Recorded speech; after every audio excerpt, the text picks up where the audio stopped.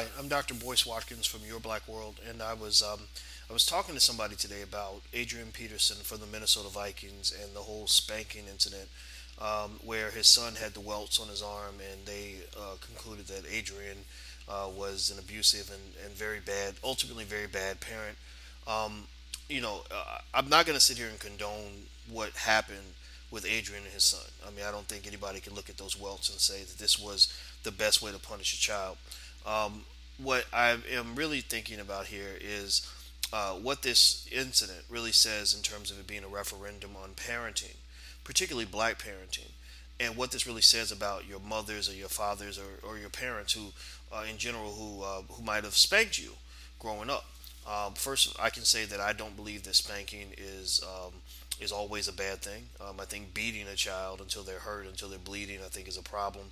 I don't think that spanking should be the first resort. I think it should be the last resort. I don't think it should be a punishment that is utilized in a vacuum. I think that it should be utilized in conjunction with love and understanding and some degree of respect in communication when it comes to how you raise your child, or how your child can benefit from that experience. You know, that old saying, it hurts me as much as it hurts you, I think is it should be appropriate. I mean, if you're spanking your child out of anger, that's just a bad thing to do.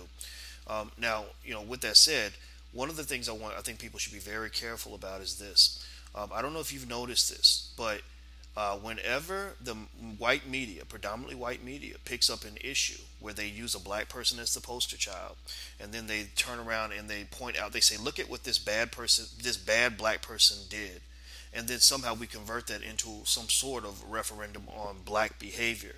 We have to be extremely careful about that, because if you notice, they don't really do that with white behavior. But since, let's just go back, since the president was elected, we've concluded, according to mainstream media, for the most part, that black people are homophobic and they need to change that. We've concluded that black men are violent. They need to change that. We're talking about the punch with Ray Rice. We've concluded that black parents are bad parents.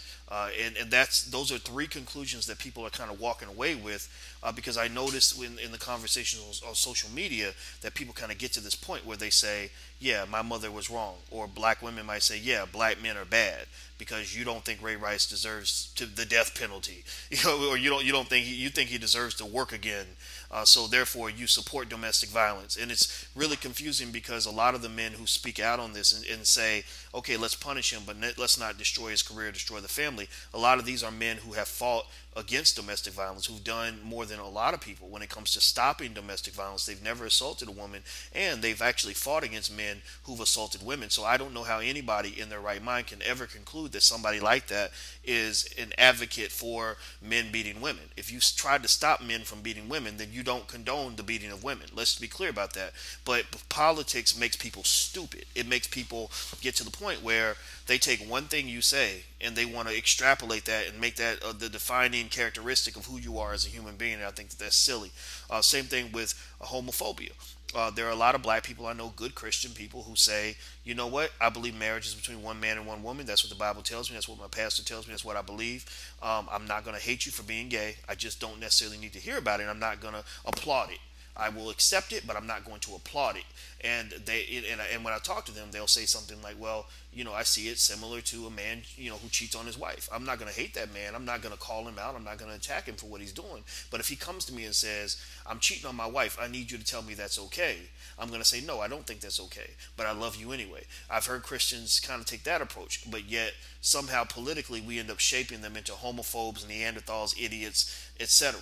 And a lot of this is done not just by mainstream white media, but also done by black people who are looking to make money from mainstream white media. If you observe, most people in mainstream white media, black and white, most black people especially, they're kind of lining up with whatever the liberals tell them to think, whatever the liberals tell them to say. They're jumping on that bandwagon. So now you've got guys like Chris Carter who say, "I know my mother raised me out of love and did things out of love, but she was wrong." And I think we have to be extremely careful when we talk about our mothers and we disparage who they are as parents. Because if you're not careful, what you can end up doing is contributing to black inferiority, white supremacy. Because what you're effectively doing is you're taking something that's extremely important to these mothers, their motherhood, their womanhood, and you're being critical of their womanhood in a way that you would never be critical of a white woman. White women are not being sort of forced to admit that they were bad parents. They're not sort of being forced to confront the fact that their kids are running off to college and getting high on all kinds of crazy drugs and out here doing all kinds of ridiculous stuff. You don't really talk about that. You don't see referendums on that where white people as a collective are being forced to admit that they're racist, or being forced to admit that they've allowed black unemployment to be 11.4% and higher, while white unemployment is down to what, 5 or 6%, something like that. I want to say 5.3%. They don't talk about that. They don't talk about all the commitment to capitalist greed that white people have done that has destroyed our country. White people won't talk about the things that happen in their households that are detrimental to their children, as if they are collectively bad parents, Neanderthals, bigots, homophobes, whatever it is you want to call it. So my point here is that I don't have a problem with the evolution of black parenting. I personally don't spank my children. I never have. I mean, I might have done it once or twice, but for the most part, I don't think spanking is a productive parenting philosophy most of the time. I encourage you, as you're raising your kids, to find creative ways to motivate them and incentivize them. And certainly don't brag about terrorizing your kids. That's not something good to brag about. I can also say that with my own parents, I believe I will admit they made mistakes when they raised me. I'm not gonna lie about that. However, I'm always going to respect them. I'm always going to respect my parents, and I'm going to tell them thank you. Thank you for being there for me. Thank you for feeding me every day. Thank you for loving me even when it was hard. Thank you for just being there consistently for me for my entire life. Even though I know you made mistakes. But understand, when I have that conversation with you about what you did as a parent, I'm not going to focus so much on what you did wrong that I forget to talk about all the things you did right. And I'll be damned if I'm going to let white folks think that they're superior to my parents just because my parents had a different parenting philosophy. So what I'm saying here is, this ain't about saying that spanking or beating is good for a child. It's not. Even spanking, if you choose not to spank, I'm not going to judge you. But guess what? If your kids grow up to be a group of assholes, people are going to look at you and say, what did you do wrong? That goes for whether you spank them or not. I know parents who spank their kids, whose kids grow up and terrorize the world. And then I know parents who didn't spank their kids, and their kids are spoiled. Their kids don't have a fear of their parents. You got these kids cussing out their mothers and going to the grocery store, throwing the cereal all over the place. No, some kids need to get spanked. Maybe that's not the only way to deal with it, but some kids, you see, maybe spanking will work because your child is clearly out of control. So let's stop getting into this mindset that where we decide to change because white people decided that we're bad. That's the issue. People are always quick to point out what we're doing wrong and why we're inferior, but very rarely. I mean, we could name 50,000 things that white people are doing wrong, that white Americans have done to hurt black people, that they've done to hurt the world. But you rarely, if ever, see that on television, where if somebody points out some sort of cultural abnormality of white America, and it becomes something where white people get into these confessionals about why something's wrong with them. But with black people, you see it all the time, and that's my point. I'm not interested in cooning. I'm not interested in trying to get favors from white media by disparaging myself and my family and my people as a black man. I'm not going to do that. I refuse to believe in any sort of black cultural inferiority.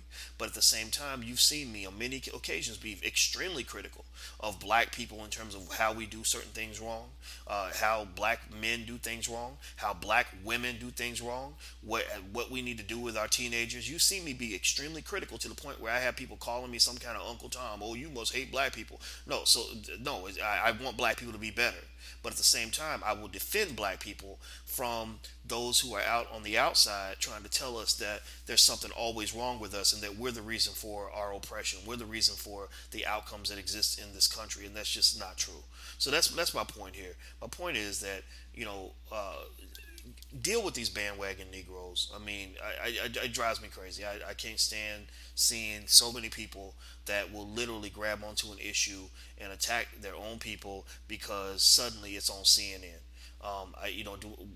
To go back to Adrian Peterson, Do I think he made a mistake? It appears that he did. Do I think that he's a bad guy? No, I do not. Do I think it's that his son will appreciate him one day? Yes, he will. He will love the fact that his father was there for him, that his father loved him enough to punish him, even if he did it wrong. So my hope is that Adrian will find more effective ways, as a young parent that he is. I'm hoping that he'll find more effective ways to be a better parent. But at the same time, I'm not going to condemn this brother and act like he's the biggest demon on earth. Because if you look in the record of many of these white football players, you will find rapes, you will find assaults on their wives, you will find all kinds of garbage and nonsense that they've committed that never gets picked up in mainstream media. So you have to take all this stuff with a grain of salt. And if you don't, then there's nothing I can do for you. I'm Dr. Boyce Watkins from Your Black World. Take care. God bless. I'm gone. Peace.